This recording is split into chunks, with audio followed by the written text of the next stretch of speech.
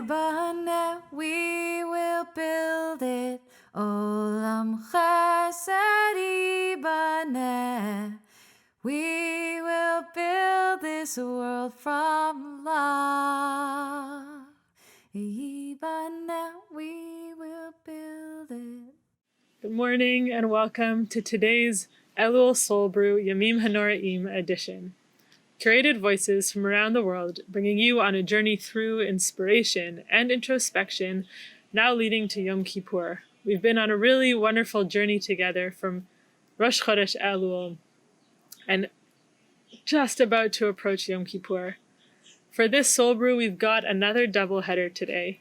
We've got sort of two ends of the rabbinic spectrum. We were first hearing from Rabbi Baruch Frydman-Kohl, Rabbi Emeritus of Beth Tzedek, mediator, teacher, someone that this community here in Toronto, we all know and love so dearly. Rav Baruch, we're really excited to learn from you, to hear what wisdom you've got for us leading up to Yom Kippur. And after Baruch speaks, we're going to hear from none other than Lara Rodin.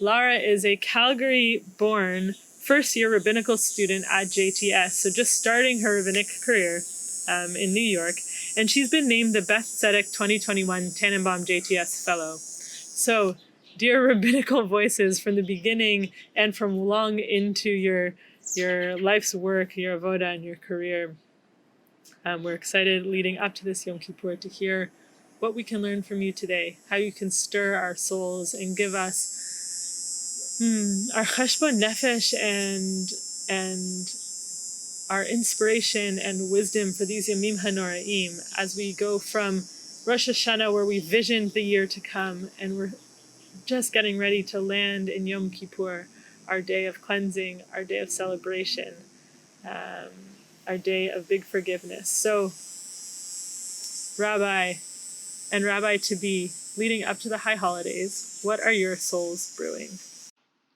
Shalom. I want to thank Bluth, Rabbi Rachel Rosenbluth, for inviting me to be part of Soul Brew. And today what I'd like to do is introduce you to Rabbi Yehuda Halevi, the great Spanish Hebrew poet, whose Arabic name was Abu al-Hasan al-Alawi, and to tell you a little bit about a poem that has inspired and animated my own spiritual life. First, a little bit about Halevi. He was born approximately 1075, almost 1,000 years ago, in Andalusia, another name for Spain, and he lived in the cities of Castilla, Cordoba, Granada, Sevilla, Toledo, moving back and forth from Christian to Muslim kingdoms. Initially, he seems to be known primarily as a poet and a physician. He may have undergone some sort of spiritual awakening in the middle of his life, leading to a more philosophical and some would say even a prophetic calling. As well, definitely affecting his decision to go up to Jerusalem. He died in 1141 en route, or some say at having entered the holy city. Halevi was initially known primarily for poems for synagogue and for Shabbat table, and for his great Arabic work, the Kuzari, an imagined dialogue between a rabbi and a monarch who wants to find the best way to live and to direct his kingdom. Halevi subtitled that book a defense of the despised religion, and the Kuzari offers a critique of philosophy, Christianity, and Islam, along with a passionate defense and articulation of the ideals and aspirations of Judaism. It leads the king ultimately to become a Jew and the rabbi to leave for Jerusalem. Halevi is considered the finest Hebrew poet of the period of convivencia, when the three religions learned from and lived with one another. Hebrew poetry, for example, develops many of its techniques and themes from the Arabic poetry popular in Spain.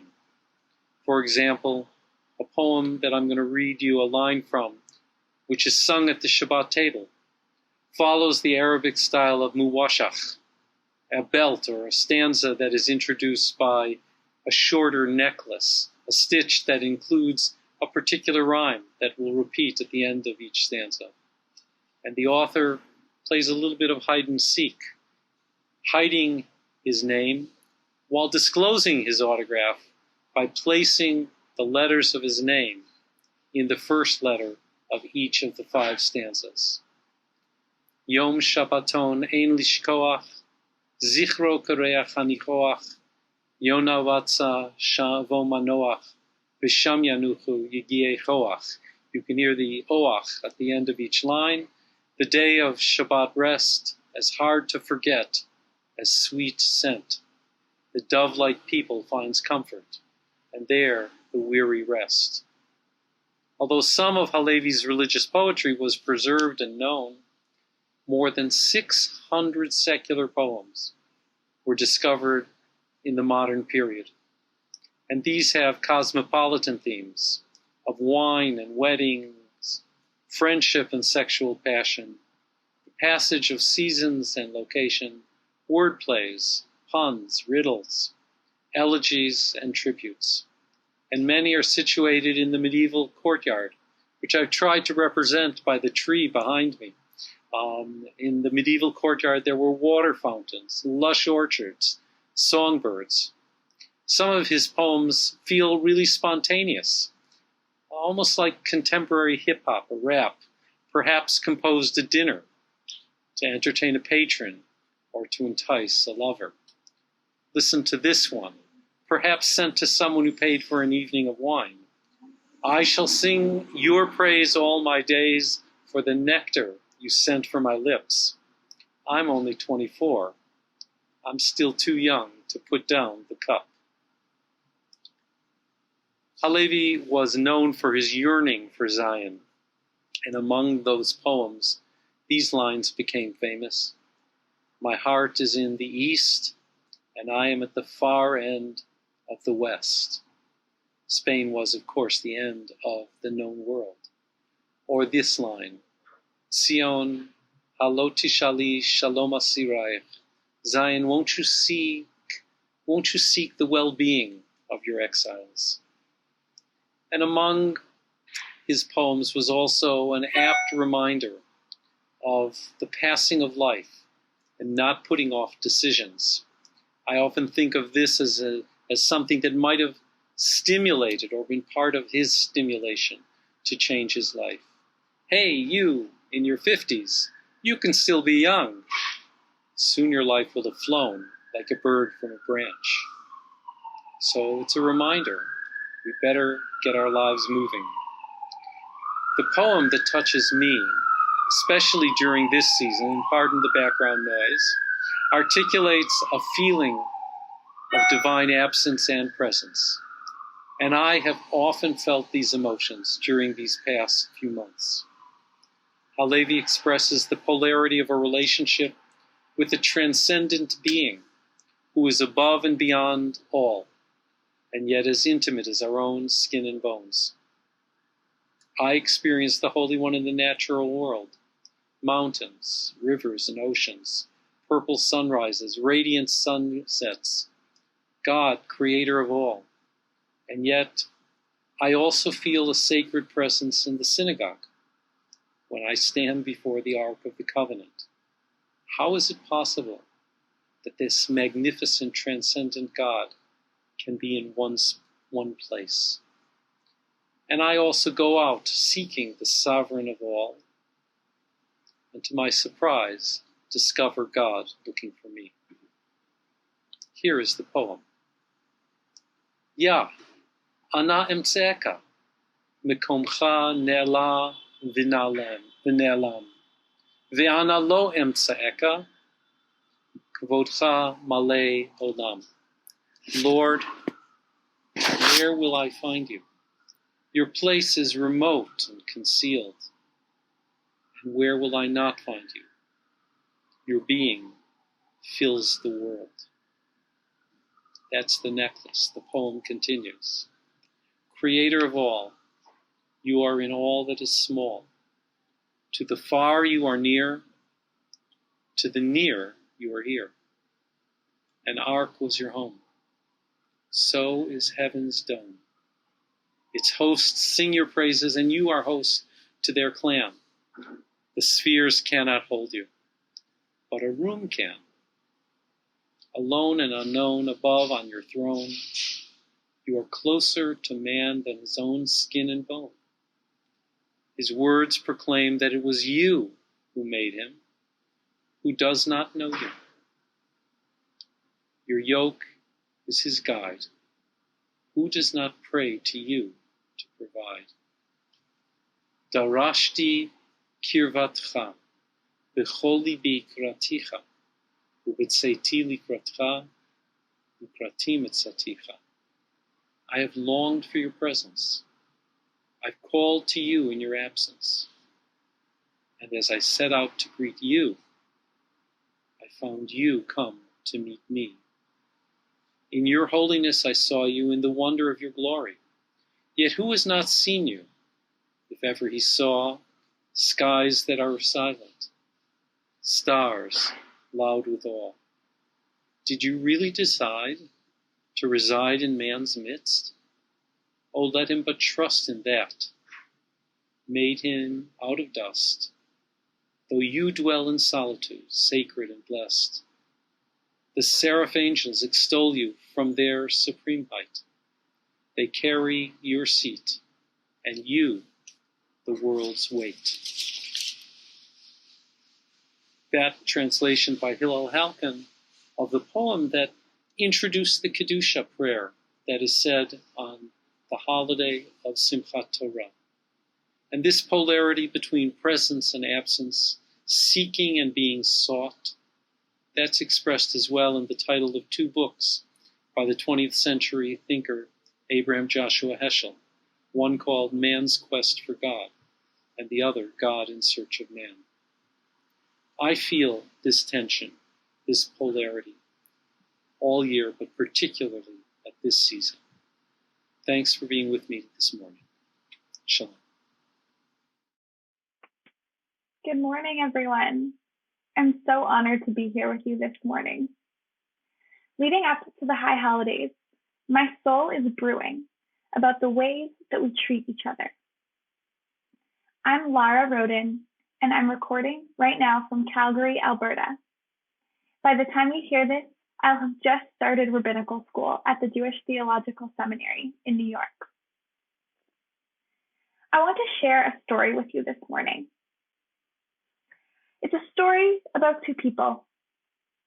And as they aged, they ended up sharing a hospital room. And on one side of the hospital room lay one person. There was a divider in between for privacy, you know. And on the other side of the room lay the other person. And one morning, one person on the right side of the room called out to the person on the left side of the room. And they said, "I'm sorry to bother you, but would you mind, please? My side of the room does not have a window. Would you care to describe to me what you see outside the window? I just want to know what's out there in the world. It would give me some hope. It would help me feel better." And so the person on the left side of the room responded back, "It would be my pleasure. I'm looking outside and I see beautiful trees with their green leaves growing. There's a river. It's flowing peacefully. And children come to play on it, swim, dip their toes. There are flowers blooming and they're purple and pink and yellow. And it's amazing to see and so beautiful." And the person on the right side of the room was so grateful that each morning his new friend would describe to him the scene that he saw out of the window on the left side of the room. And when the person on the left side of the room passed peacefully in his sleep, the nurses told the man on the right side of the room. And the man on the right side of the room asked, "Please, would you mind so much moving me to the left side of the room? I want to see out the window. I want to see all of the incredible things that my friend had described to me, all of the things that kept me going all these days." and I want to remember that person by it. And the nurse, confused, said, "Oh, I'm sorry, sir. I don't know what you're talking about. The person on the left side of the room was blind, but I'd be happy to move you nonetheless." Wow. As we move from Rosh Hashanah to Yom Kippur, we are in what I call the space between. It's a space of transition, known as the Yamim Noraim, the days of awe. And this time, at least for me, is often characterized by a rush to apologize, to recall how I've hurt my family, my friends, maybe with my words, perhaps even with my actions and my thoughts. But this is also a time we shouldn't forget for tshuva. And tshuva is so much more than just apologizing. The rabbis teach us that tshuva can be accomplished through 5 steps: recognition of wrongdoing, remorse, restitution, confession, and cessation. I want to focus a little bit on this idea of restitution, this act of making something better. Some say that it can only really be done when there's an opportunity to do good again, to make right, as it were. And so tshuva is not just about the apologizing, but it's also about holding ourselves accountable to this incredible opportunity that we're given every year to do and be better. I wonder what it would be like if we used this time, these 10 days that we're in right now, not simply to recall the ways that we've hurt and harmed each other, though that's important too. Not to focus and dwell only on what we've done to each other, but also perhaps what we can do for each other. These past few months have certainly taught me that we are all so interconnected, much more than we think. From whether we wear a mask to whether we are willing to speak out against racial injustice in our communities. From our one-to-one relationships and interactions to the ways that we participate in systems of privilege, power, and racial justice, what we do and how we treat each other matters. There's a great song I think about every time this year by a band called The Alternate Roots, or at least they do a cover of it. And it says, "We are how we treat each other and nothing more." I think it's so fitting that Beth Tzedek's High Holidays theme is Olam Chesed Yibaneh. A world of kindness will be built. This implies that each and every one of us is responsible to do and be kindness and to build this world that we imagine. I want to close by prompting us to reflect. I want to offer you a minute to think about how you can be that person on the left side of the hospital room. Who might your person on the right side be? And what might you do for them? Out of love, out of selflessness, to make that person's world just a little bit brighter. Thanks so much for learning and thinking with me this morning. I'm Lara, and I would love to be connected to you. You can reach me by email at larahrodin@gmail.com. And I'm really looking forward to connecting and to meeting you in Toronto, God willing, this June, as I'll serve as the JTS Tannenbaum Fellow. Wishing you all a Shana Tova and a Gmar Chatima Tova. We will build this world from love. Even now we